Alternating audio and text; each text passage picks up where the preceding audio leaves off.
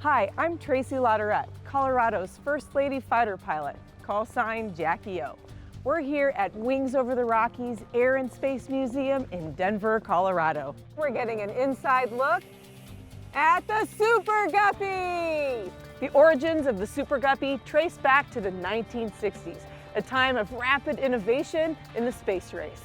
We choose to go to the moon in this decade and do the other things, not because they are easy, but because they are hard. As a kid, I watched Apollo land on the moon. It's just amazing to me that I'm allowed to fly an airplane that is also carrying spacecraft that will go to the moon. I knew this thing was big, but in person, it's enormous. Flying this airplane for the first time can be a handful. We're burning down the runway and I see an issue with one of our engines. I'll call abort. 5 Super Guppies were built, and today, this is the only one still flying. It's time to go behind the wings.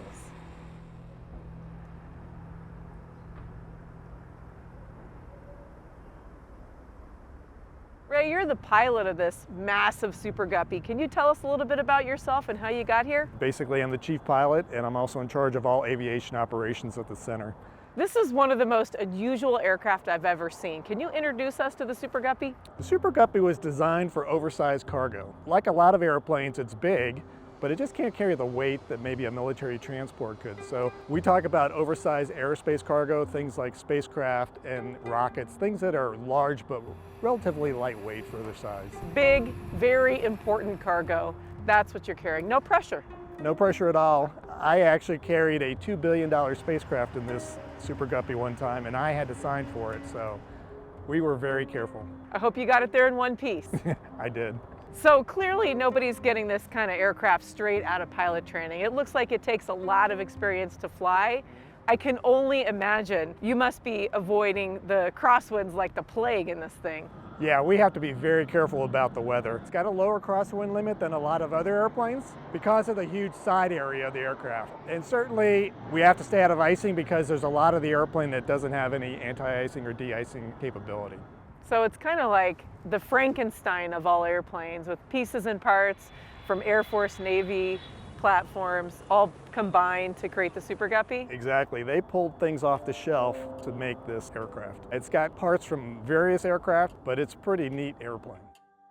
We're going to walk around, and yes, we're going to see it fly. But first, let's find out how this unique aircraft came to be in the first place.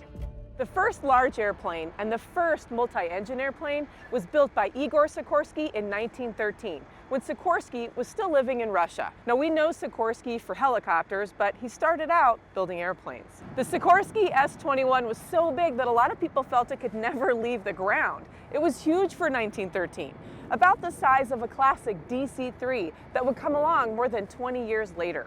Airplanes got larger and faster as aviation technology developed, but so did the loads they could carry. By the end of World War II, Boeing B-29 bombers could carry 10 tons at about 300 miles per hour. After the war, Boeing made an airliner based on the B-29. The Stratocruiser was a luxurious airliner that carried up to 114 passengers in smooth, pressurized comfort at altitudes that stayed above most of the turbulence and weather. In 1962, President John F. Kennedy made the bold claim to land an American on the moon by the end of the decade. We choose to go to the moon in this decade and do the other things, not because they are easy, but because they are hard. But an aircraft big enough to transport Saturn V rocket components had never been built. So the engineers at Aerospace Lines got together to build the largest aircraft the world had ever seen. Take us back to the beginning. What was the need for this kind of aircraft to be developed in the first place?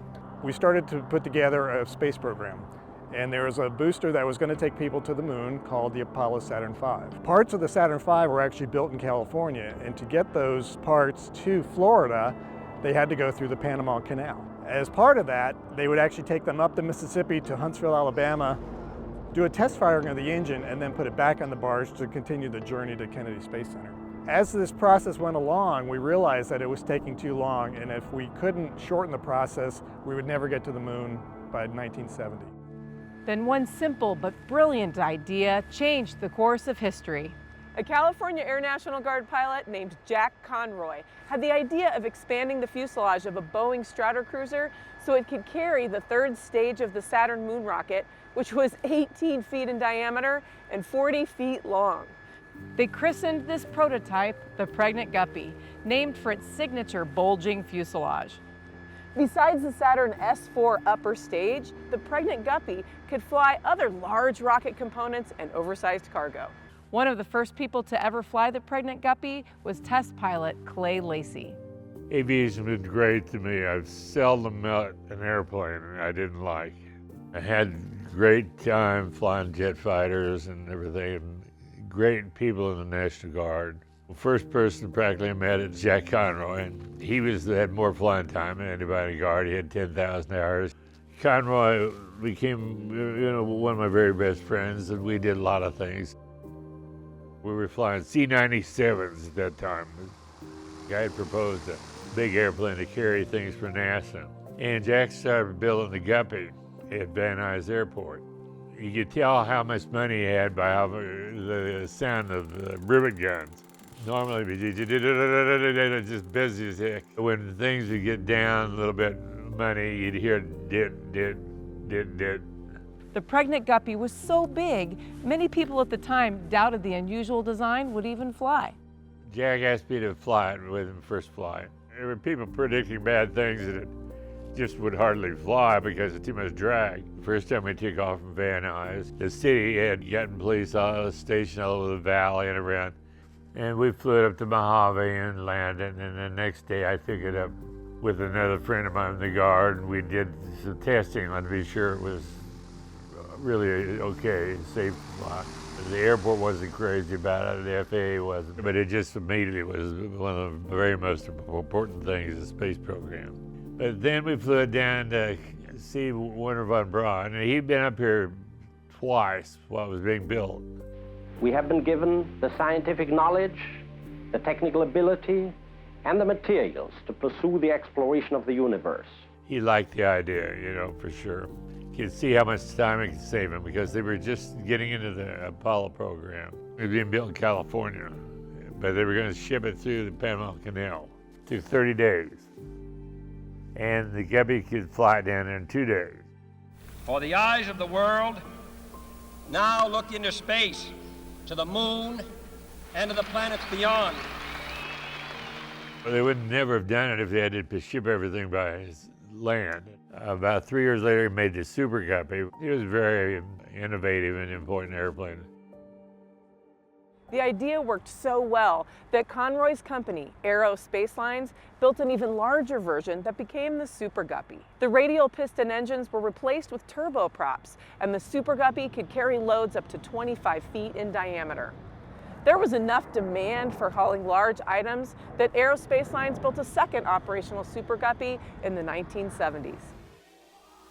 So without the Guppy, Apollo may have never launched in time. That's exactly right, Tracy. If we had not used the Guppy series of aircraft to move these large aerospace vehicles over the air rather than by barge or some other way, we would not have made it to the moon by 1970. By July 16, 1969, with the help of the Super Guppy, Apollo 11 was ready to launch the first human to set foot on the moon. T-minus 15 seconds. Guidance is internal. Ignition sequence start. 6, 5, 4, 3, 2, 1, 0. All engine running. At 9:32 a.m., the Saturn V's giant engines sent the Apollo capsule and its crew on a course to make history. With millions of people around the world watching, Mission Control gives the go for landing. Capcom, we're go for landing. Eagle Houston, you're go for landing, over. Tranquility Base here. The Eagle has landed. That's one small step for man, One giant leap for mankind. Apollo 11 was a big win for America, but it also transcended nationalism.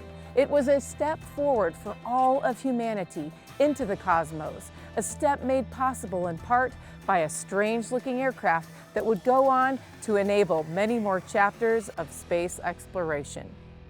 Starting with Apollo, What are some of the interesting things that you guys have carried on the Guppy? Since Apollo, we've carried all the parts of the space station that were manufactured in the United States from their point of manufacture to Kennedy Space Center for launch on the space shuttle. We've also carried parts of the Space Launch System, the newest booster rocket that will go to the moon, and we've carried the Artemis capsule that recently went to the moon. Aside from all our space missions, we also do a lot of work for the Department of Defense. We can carry an entire aircraft inside the Super Guppy. For example, we've carried an F-14 Tomcat on one mission.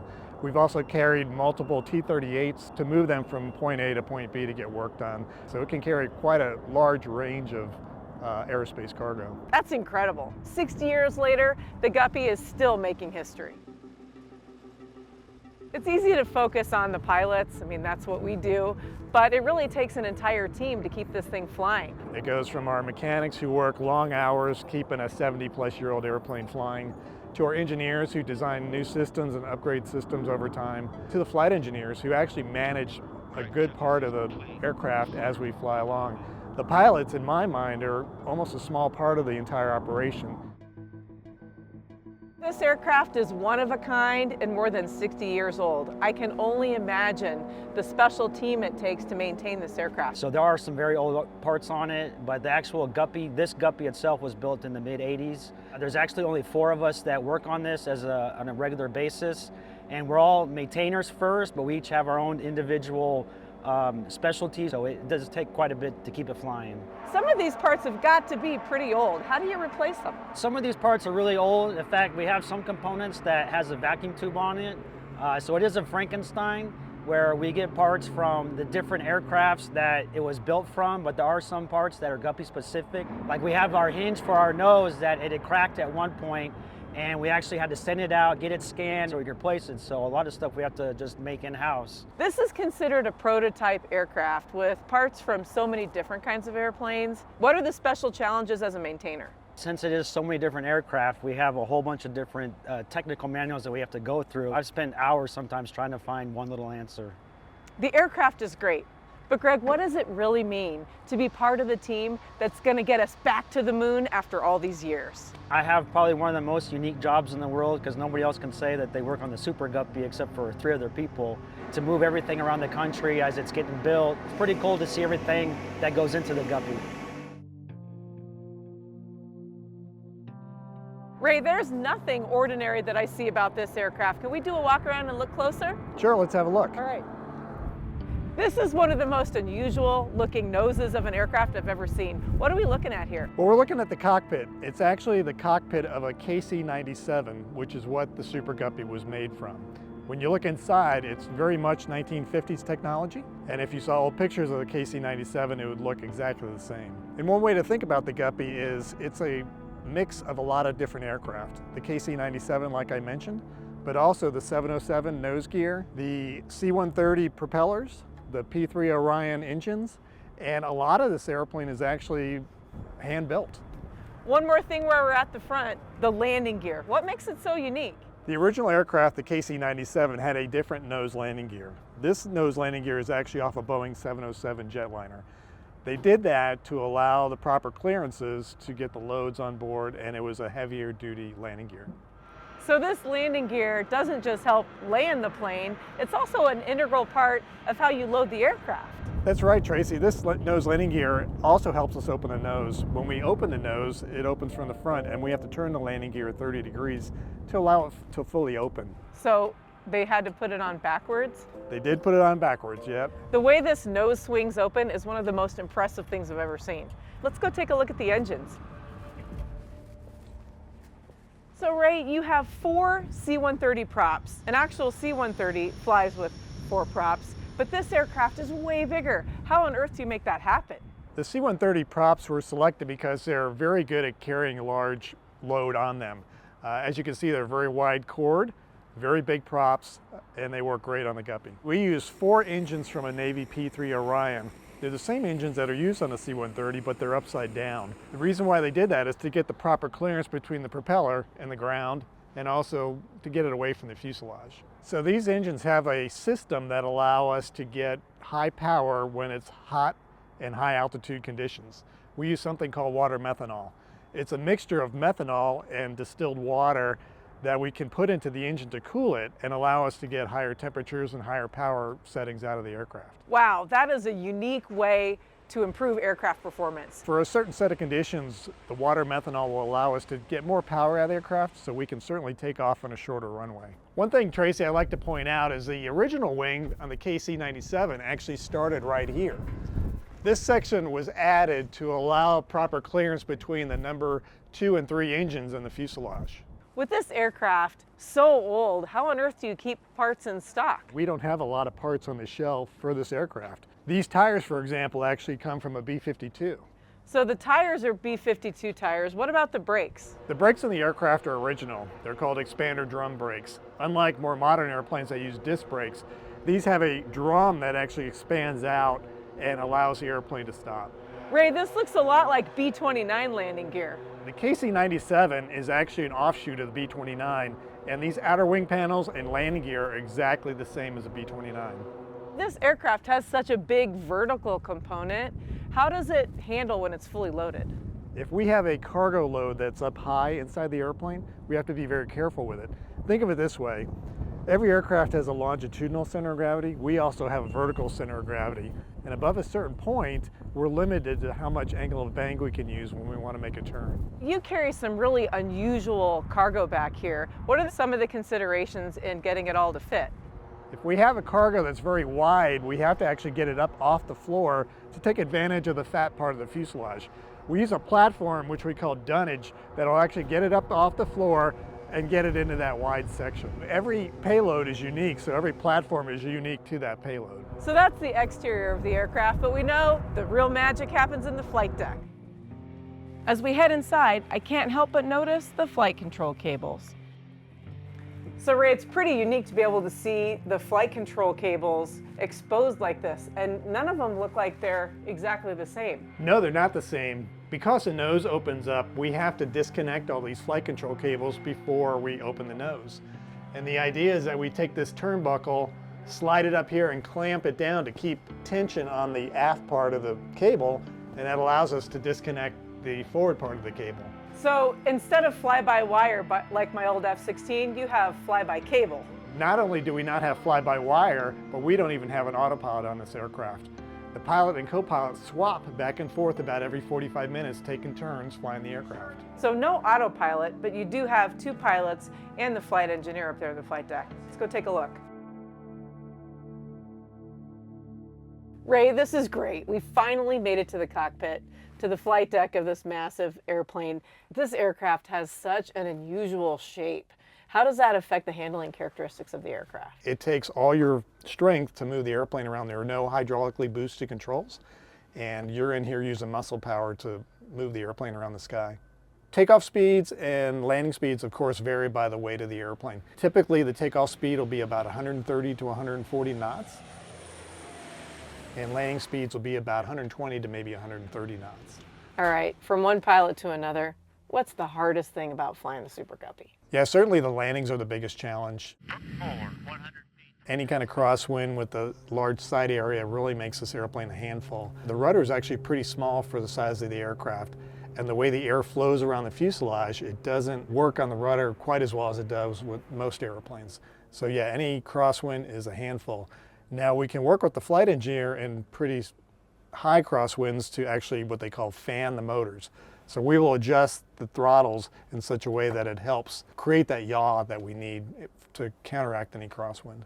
It's incredible. I've never seen a flight deck like this. I see all these steam gauges, which is not surprising, but what did catch my eye is that there's not that many engine gauges for your 4-pack of motors out there. As the pilots, we only have a minimal number of gauges up here. Basically, the engine temperatures and then the torque being put out by the prop and also the RPM. Most of the gauges that are used to control the engines, control the electrical system, everything else is actually back in the flight engineer station. We almost like to call the flight engineer the king of the cockpit because they are really the one controlling most of the systems of the airplane. Heavy aircraft have largely gone to a 2-person cockpit, but on the Super Guppy, the flight engineer has not been replaced by the microchip. Okay, we're set up on 3.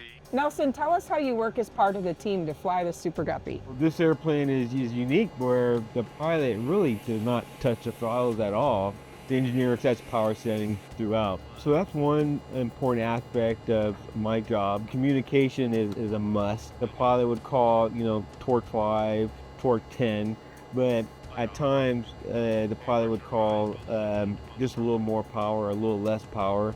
Okay, what is a little more power to this pilot? Nelson, you've got a lot going on at your workstation here. Can you run us through some of what you're looking at? We call this our engine stack. The top gauges are fuel flow, TIT, and torque, which is our power setting, our RPM, our oil pressures, and oil temperature, and oil. Pilots, as they're flying the airplane, they really don't have the time, because it's such a handful of an airplane, to look at the gauges to see specifically what the engines are doing. We're burning down the runway and I see an issue with one of our engines. I'll call abort, and we'll run the procedures to get that engine out of the way and abort the takeoff. Another important aspect of my job is performance. Because the airplane is a experimental airplane, there's a huge drag index on the airplane, so we don't have computers to compute performance. So the flight engineer computes performance all by hand. There are literally charts that we would go in by hand to compute all the numbers. What power setting do we need? We also compute obstacle clearance. Are we able to clear this mountain way out there, being that we weigh 165,000 pounds? I would go in and we can clear that mountain at our given weight. A flying engineer on this airplane is absolutely critical to keep it flying. Stay in school, kids, because math is involved in flying. Today, a big part of the Super Guppies mission is transporting components for NASA's Artemis Program, which aims to put humans back on the moon, this time to stay. With so many Artemis missions on the horizon, how deep is your training pipeline at this point? We're always upgrading pilots into the aircraft. Pilot training is all done in-house. There are no simulators for the Guppy.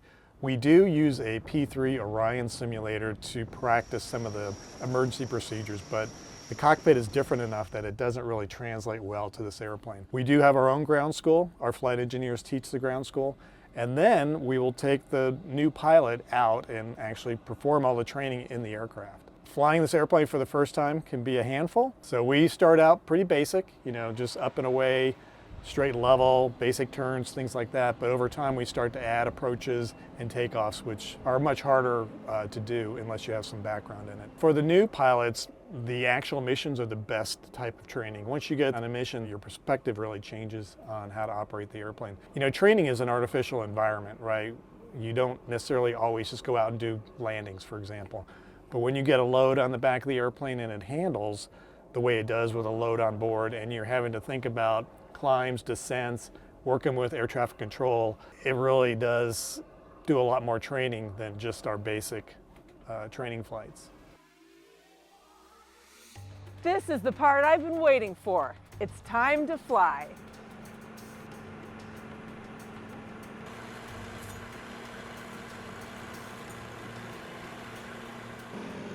Radios. Alright, checklist is complete. Let's let her warm up a little bit, get greens, and then we'll get started with this.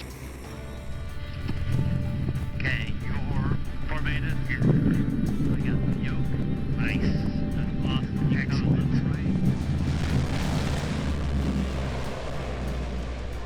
For the Guppy, believe it or not, the best cruise speed is as fast as you can go. So we will cruise about 200 knots indicated. Our red line is 211 knots. And we bump up against that red line, we'll get a warning that we're going too fast and we'll have to slow down. So we run a little bit under red line, but we try to go as fast as we can.